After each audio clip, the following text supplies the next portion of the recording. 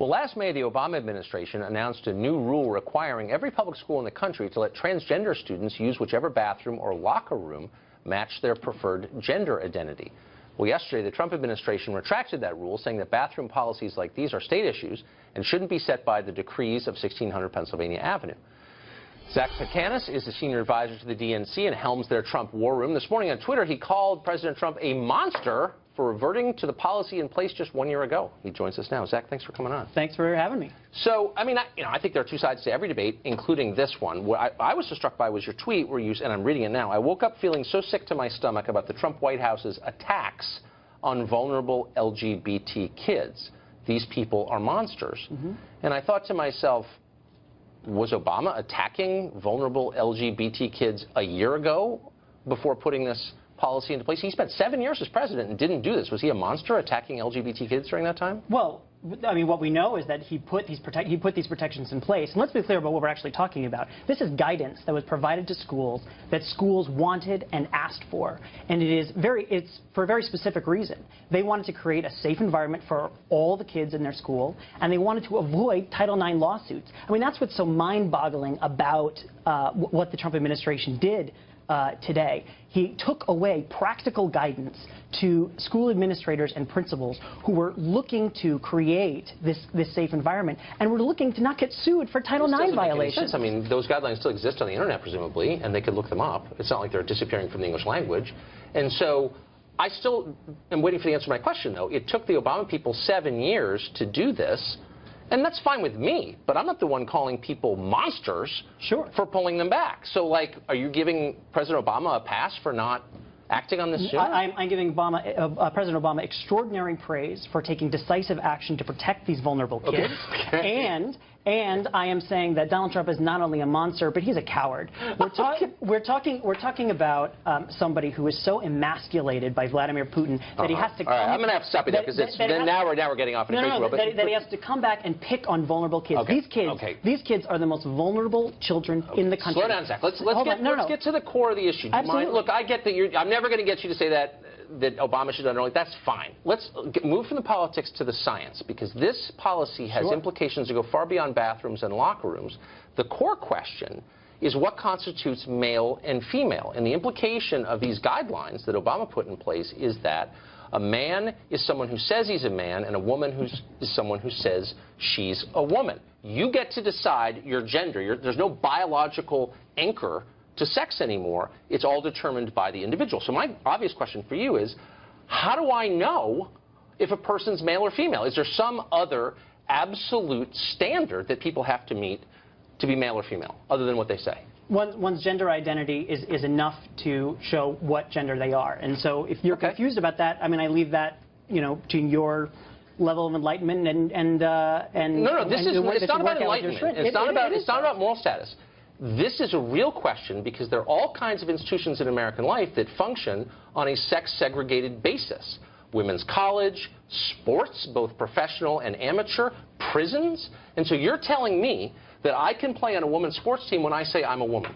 What we are saying is that in this guidance with public schools, which and the vulnerable kids that are there, that there are specific guidelines that these teachers and these supervisors and these principals asked for in how to create safe. Okay, but now you're going back to the first question. You just said a second ago that that is what we're talking about. No, let me take you back 3 sentences. When you said gender identity is determined by the person who possesses it. That's almost exactly what you said. Correct. And I'm saying there are massive implications of this that everyone is either too dumb or too embarrassed to explore, but let's do so now. If your sex is what you say it is, then what prevents me from playing on a women's field hockey team? What prevents me from getting convicted of a felony and demanding to go to a women's prison? And it's a real question. It's not a real question. Why is it not a real question? It's not a real question because it is pretty absurd, and there are no other examples. Because there are no examples of this. What do you mean? I'm sorry, but there are no examples. This is the same argument about saying that this will allow sexual predators to go into women. I'm not making that argument. Yes, but you are making that argument. Okay, what I'm saying is, I just want to know what the standards are.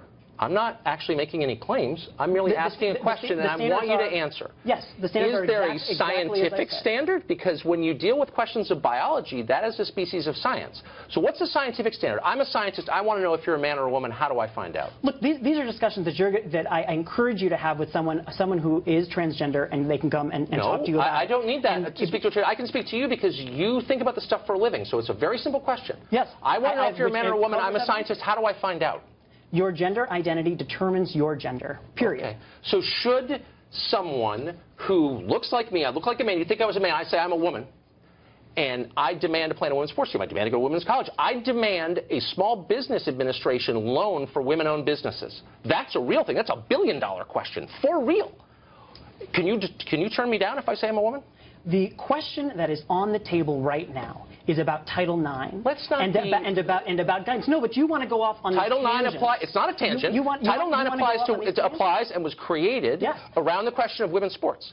So, as a apparent man, if I say I'm a woman, is that enough? Do I meet the standard as a woman to play in a women's sports team? That goes right to Title IX. Don't dodge the question. I'm not dodging the question. This is something the Supreme Court is looking at next month. And yes, the answer is absolutely yes. Okay. Gender identity determines one's gender. Let me ask you period. this. And this is a matter of civil rights. Is there science behind this? Because I know that I'm often getting science. Really, I want you to name a single scientist, just one, who says you can determine your own sex just by saying so. Can you name one scientist who says that? I'd be happy to send you many after. A scientist who said you can determine your own sex, an actual scientist, like someone who went to college. Listen, are you serious?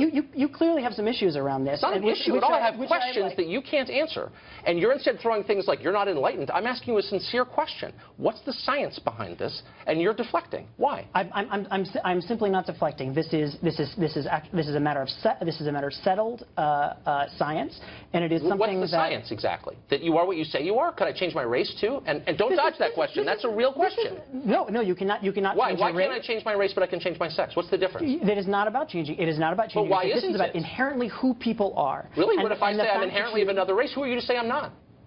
I mean, again, you're getting into these silly hypotheticals. It's not silly at all. 2 years ago, nobody thought you could change your own sex. And you're saying it's settled science. One that is simply not true. We have had transgender protections in this country but you haven't explained what transgender is. You're just saying it's whatever we say it is. Look, you want to go into this in this right-wing pseudoscience. It's not right-wing at all. It absolutely It's pseudoscience, right?